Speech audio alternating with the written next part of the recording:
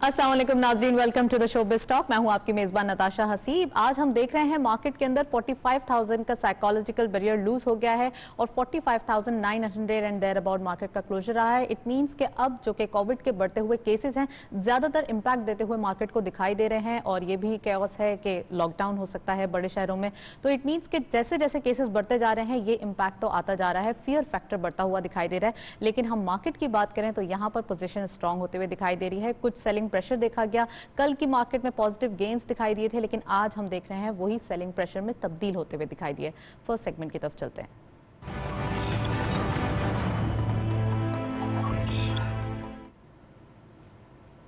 Let's have a look on daily highlights. आज की market की परफॉर्मेंस देखते चलते हैं।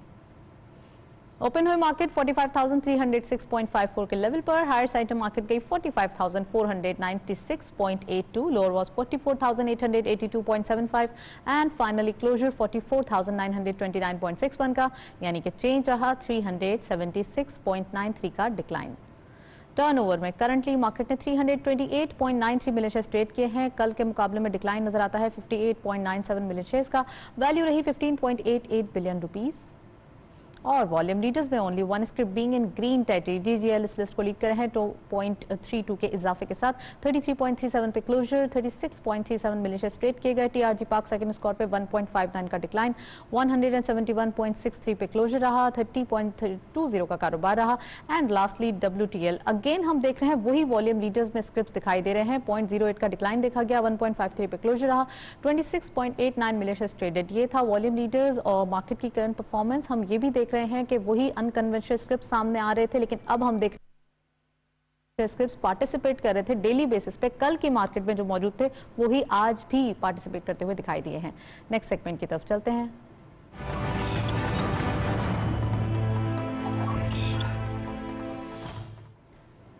आज हम डिटेल डिस्कशन करने वाले हैं पाकिस्तान स्टॉक एक्सचेंज और इसकी परफॉर्मेंस को। आप रिपोर्ट देखें फिर वापस आते हैं।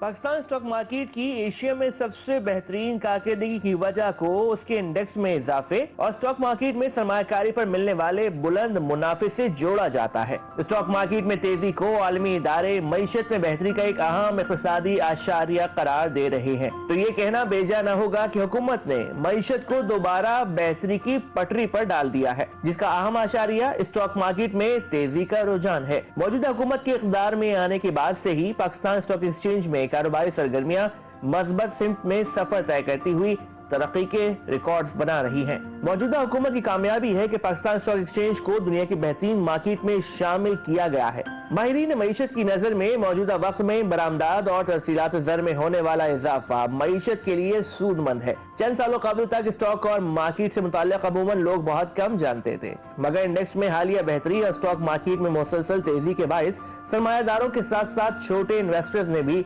इंतहाई दिलचस्पी जाहिर करना शुरू कर दी है और मौजूदा परफॉर्मेंस के मुताबिक मुख्तलिफ कंपनीज के शेयर्स में जबरदस्त तेजी का रुझान बरकरार है। साथ ही कंपनीज के शेयर्स के हिस्से में अच्छे पॉइंट्स भी रिकॉर्ड हो रहे हैं। स्टॉक मार्केट में मुसलसल तेजी इन्वेस्टर्स के एतमाद का सबब बन रहा है। बराह रास्त बैरूनी सरमायाकारी के साथ साथ मुकामी इन्वेस्टर्स की बदौलत मार्केट का लिक्विडेट हो जाना स्टॉक मार्केट में मुसलसल तेजी उभरती मईशत की अलामत है। पाकिस्तान स्टॉक मार्केट का शुमार अल्लाह के फजल से रीजन की दूसरी जबकि दुनिया की 10 में से 7वीं बेहतरीन मार्केट में होने लगा है। माहिरीन की जानिब से मुस्तकबिल में शरह नमू मजीद बढ़ने की पेशनगोइयों ने सरमायाकारों में एतमाद पैदा किया है, जिन्होंने मार्केट में शोबा जाती बुनियादों पर सरमायाकारी की है और मार्केट ग्राफ बुलंदी की जानिब गामजन हुआ है। यही वजह है कि सन 2005 के बाद से अब पाकिस्तान स्टॉक में बेहतरीन ट्रेडिंग ने एक बार फिर स्टॉक की जानिब दुनिया भर के लोगों की तवज्जो मरकूज करा दी है।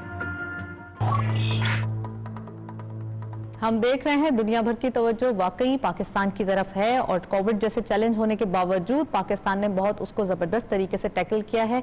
तो आज के प्रोग्राम में हम पाकिस्तान स्टॉक एक्सचेंज और उसकी परफॉर्मेंस और अपकमिंग ट्रिगर्स के बारे में बात करेंगे। हमारे साथ स्टूडियो में गेस्ट मौजूद हैं, उनको वेलकम करते हैं। हमारे साथ मौजूद हैं कामरान नासिर साहब, आप सीईओ हैं जेएस ग्लोबल के। अस्सलाम वालेकुम sir, welcome to the show. Thank you sir. सबसे पहले ये बताइए कि पाकिस्तान स्टॉक एक्सचेंज की परफॉर्मेंस नो डाउट बहुत अच्छी दिखाई दे रही है और एक स्टेबिलिटी भी आ गई है। 45,000 के साइकोलॉजिकल बैरियर के अराउंड मार्केट परफॉर्म करते हुए दिखाई दे रही है। लेकिन अब बात कर रहे हैं अब आने वाले ट्रिगर्स की, क्या दिखाई दे रहे हैं, क्योंकि कोविड बढ़ता हुआ दिखाई दे रहा है और हमारे जैसे कंट्रीज के लिए नहीं, बड़े कंट्रीज के लिए भी ये चैलेंज बन गया है। Your take on. देखिए, कोविड शुरू से एक चैलेंज था। अगर आप याद करें तो दुनिया ने तो उसको बहुत सफ़र किया। Pakistan was amongst the lucky countries की जिसके अंदर कोविड का इम्पैक्ट इतना स्ट्रॉन्ग नहीं था। और अगर थोड़ा सा रिवाइंड करें, हमारी मेमोरी शॉर्ट होती है, तकरीबन 8-9 महीने पहले पीछे जाएं तो हम बड़ी परेशानी के हालात में थे। 42-43,000 से मार्केट कॉन्ट्रैक्ट करके 27,000 पे आई, बिल्कुल बड़ी तेजी के साथ, और उसके बाद फिर शार्प रिबाउंड लिया मार्केट ने वापस। मैं अभी भी ये देख रहा हूँ कि आई अंडरस्टैंड कि जो वेरिएंट जिसकी बात हो रही है, जो यूके वेरिएंट जिसको कहा जा रहा है, और कह रहे हैं कि ये फैलता बहुत तेजी से है और इस पर एनसीओसी असद उमर साहब अब डिसीजन लेंगे, जैसे बड़े शहरों को लॉकडाउन करने की बात कर रहे हैं। अगर होगा भी, मेरा ख्याल है मेजर स्ट्रॉन्ग ले लेने चाहिए, बट आई रियली बिलीव कि शॉर्ट लिव्ड ही होगा, कोई बहुत ज़्यादा इम्पैक्ट इसका नहीं होगा। मार्केट अगर उसमें गिरेगी, जो कि नेचुरल सेंटीमेंट में गिरती है, there would be smart investors जो शायद इसका इंतजार करें कि मार्केट गिरे तो दे वुड बाय, क्योंकि ओवरऑल आई बिलीव के the markets are going north. Markets के रुकने का मतलब है कि आपके प्रोग्राम में पहली बार कह रहा हूँ कि हम व्यू जो लेते हैं, हम देखते हैं महीने में क्या हुआ, 1.5 में क्या हुआ, 2 में क्या हुआ, 12 से 18 महीने का व्यू लें, और आपने जो चीज़ परचेज की उसको लेकर आराम से बैठे।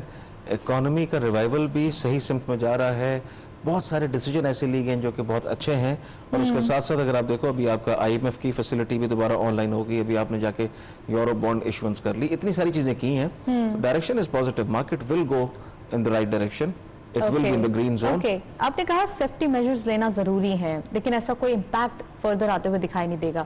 मार्केट के क्या चांसेस दिखाई दे रहे हैं, और खासकर वो न्यू इन्वेस्टर्स जो वेट कर रहे हैं, आपने कहा कि उन्हें वेट नहीं करना चाहिए या उनको लेके बैठ जाना चाहिए, तो अब जो बिल्कुल न्यू इन्वेस्टर्स हैं वो देख रहे हैं कि मार्केट के अंदर कुछ स्लाइड डाउन साइड आया है, जैसे आज के दिन एक फियर था तो उसमें मार्केट में परफॉर्म नहीं किया, तो आप समझते हैं कि आने वाले दिनों में कुछ ऐसा वेट करना चाहिए या अब एंट्री ले लें मार्केट के अंदर? देखिए, मार्केट जनरली जो नजर आ रहा है कि इन्हीं लेवल्स के आसपास रहेगी, नेगेटिव भी हो सकती है, जा सकती है, वो डिपेंड करेगा कि कोरोना की सिचुएशन लेकिन ऐसी शार्प डाउन साइड नहीं जाएगी जैसे पहले गई थी। मैं कह रहा हूँ चली भी जाए, again I am saying the same thing. देखिए, पैनिक सेल के अंदर जब करते हैं, पैनिक सेल कोई तबाही इस किस्म की नहीं लगी कि जी कि मुल्क बंद हो जाएगा, खुदा न खास्ता आपकी इकोनॉमी बिल्कुल ही नहीं चलेगी।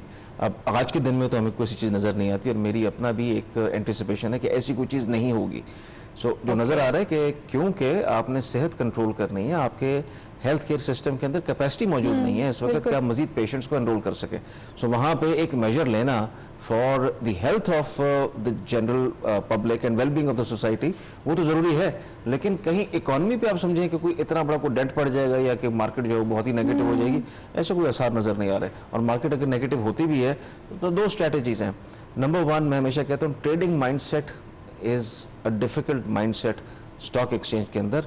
इसके लिए आपको स्मार्ट होना ज़रूरी है, क्योंकि अगर आप ट्रेडिंग करने आए हैं तो अगर आप खरीदते हैं तो आपको बेचना भी आना चाहिए। अब आप इंतजार में बैठे रहेंगे कि ये कल इतना ऊपर चला जाए, परसों ऊपर चला जाए, तरसों ऊपर चला जाएगा, या कितना नीचे आएगा, so that person ends up being a loser in the stock market.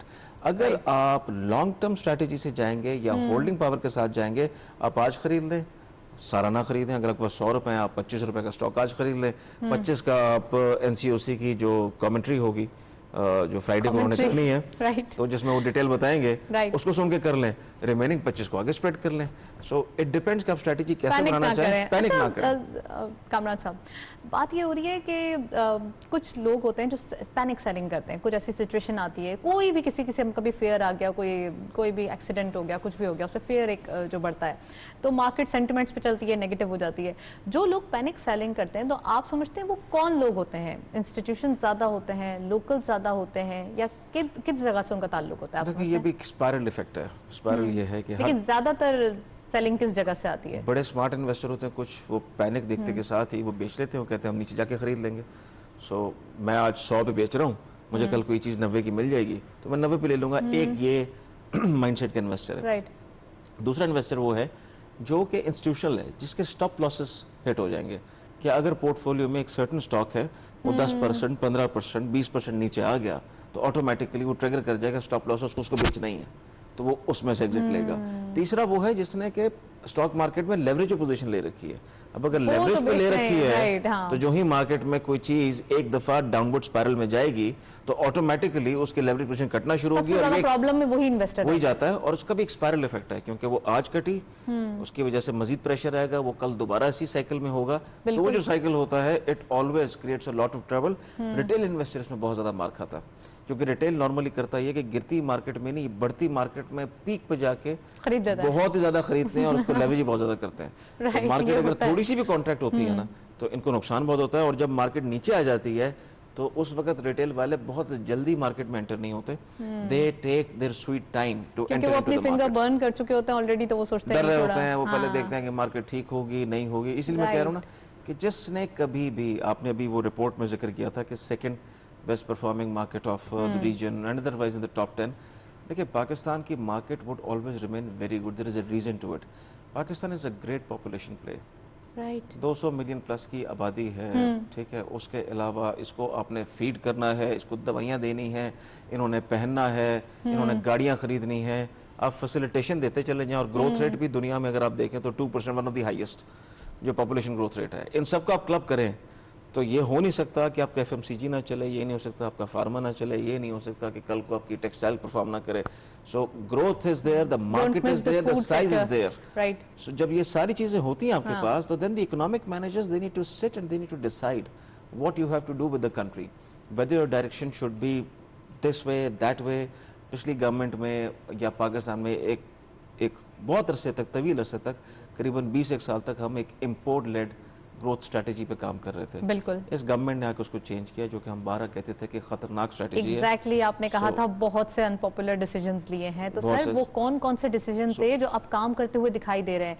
काफ़ी सारे हम देखते हैं, स्टार्ट में IMF के पास जाना, इंटरेस्ट रेट को अप करना, और बहुत से ऐसे डिसीजन जो पब्लिक ने भी काफ़ी हद तक गिव अप कर दिया था, लेकिन गवर्नमेंट उस चीज़ पे कायम थी और अभी भी वो डिसीजन इम्पैक्ट दे रहे हैं और देखें आने वाले वक्त में देंगे भी।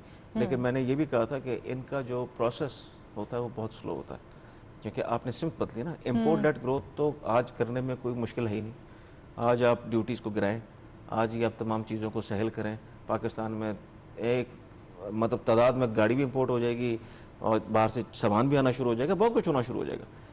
द इशू इज, और ख़ासतौर पे इम्पोर्ट लेड ग्रोथ के साथ आपने बोरिंग के ऊपर इंफ्रास्ट्रक्चर स्पेंड किया था। इंफ्रास्ट्रक्चर स्पेंड भी वो जो कि कल को आउटपुट दे सके, अगर आउटपुट नहीं दे रहा तो that is a dead expense.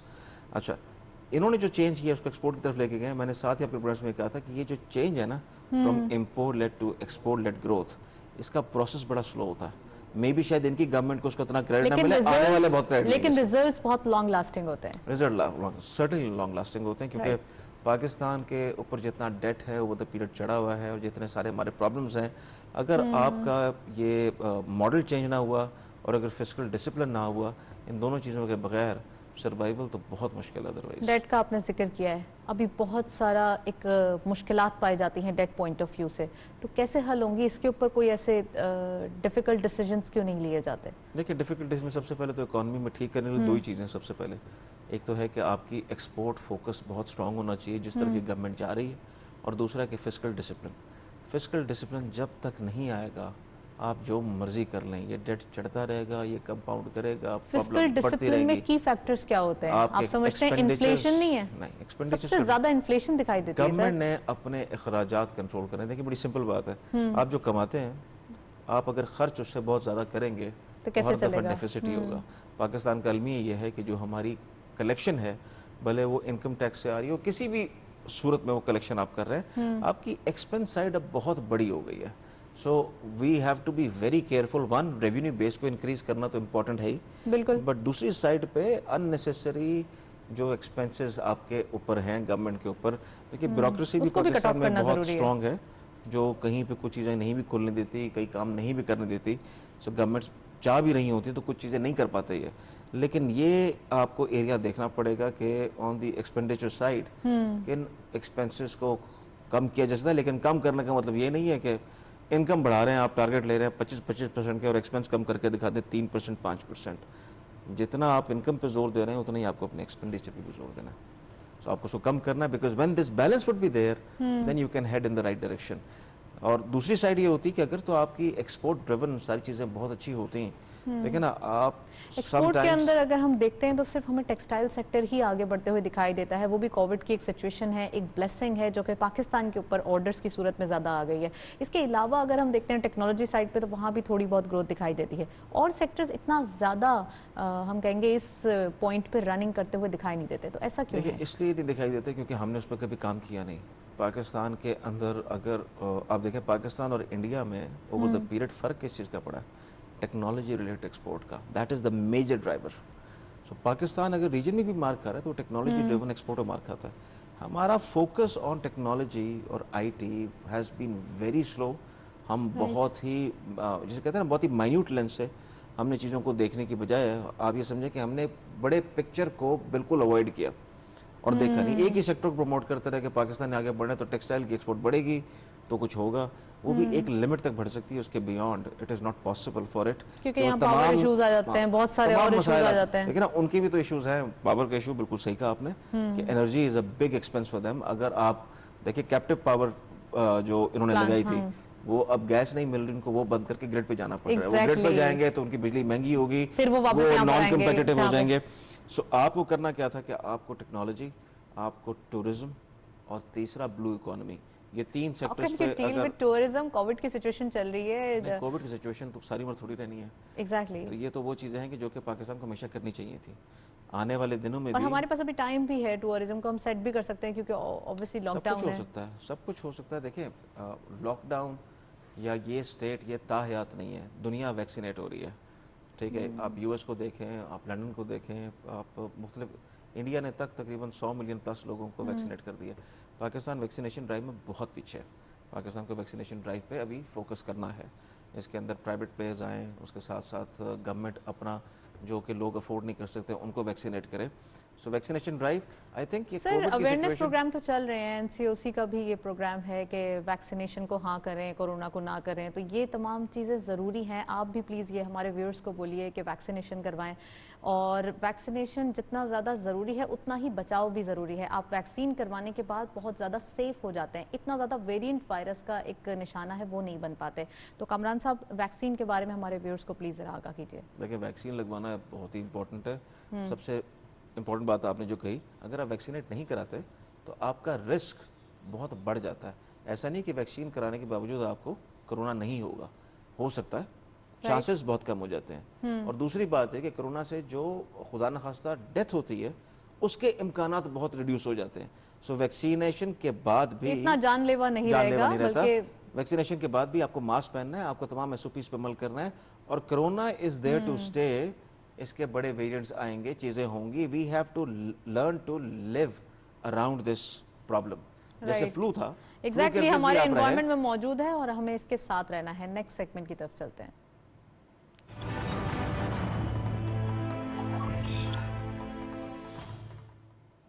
Commodities और फॉरेक्स के लेटेस्ट अपडेट आज की मार्केट में देखते चलते हैं। गोल्ड के पर डॉलर प्राइस 99,671 रुपीस, गोल्ड पर 10 gram 85,542 rupees, international gold at 1 1789.319 dollar, oil WTI पर barrel 61.02 dollar, oil brent crude पर बैरल 64.96 डॉलर। करेंसीज में सबसे पहले यूरो बाइंग रही 184 rupees, selling was 185.50, UK pound buying रही 211 rupees, selling was 214 rupees, US dollar buying रही 153.20, selling was 154 rupees, Chinese yuan buying at 23.50, selling was 23.65, Saudi riyal buying at 40.70, selling was 41.40, UAE dirham buying at 41.70, selling was 42.40, Kuwaiti dinar buying रही 481.50, selling was 484 rupees, and lastly Omani riyal buying रही 392.50, selling was 394.50। ये था forex और commodities का latest update. हम देख रहे हैं एक मार्केट के अंदर एक पोजीशंस की बात करें तो काफ़ी हद तक आज की मार्केट में डिक्लाइन नजर आया है, लेकिन ओवरऑल पोजीशंस स्ट्रॉन्ग होती हुई नजर आ रही है। कामरान नासिर साहब हमारे साथ मौजूद थे, काफ़ी detail analysis, thank you so much, आपने प्रोग्राम में ज्वाइन किया, प्रोग्राम का हिस्सा बने। हम देख रहे हैं इसके साथ साथ वॉल्यूम्स वाइज पार्टिसिपेशन मार्केट के अंदर बढ़ता हुआ दिखाई दे रहा है। प्रोग्राम को वाइंड अप करते हैं। वाइंड अप करने से पहले हमारा ईमेल एड्रेस नोट कर लें, विच इज़ biztalk@ptv.com.pk। आपके फीडबैक का इंतजार रहेगा। प्रोग्राम देखने का शुक्रिया, अल्लाह हाफिज़।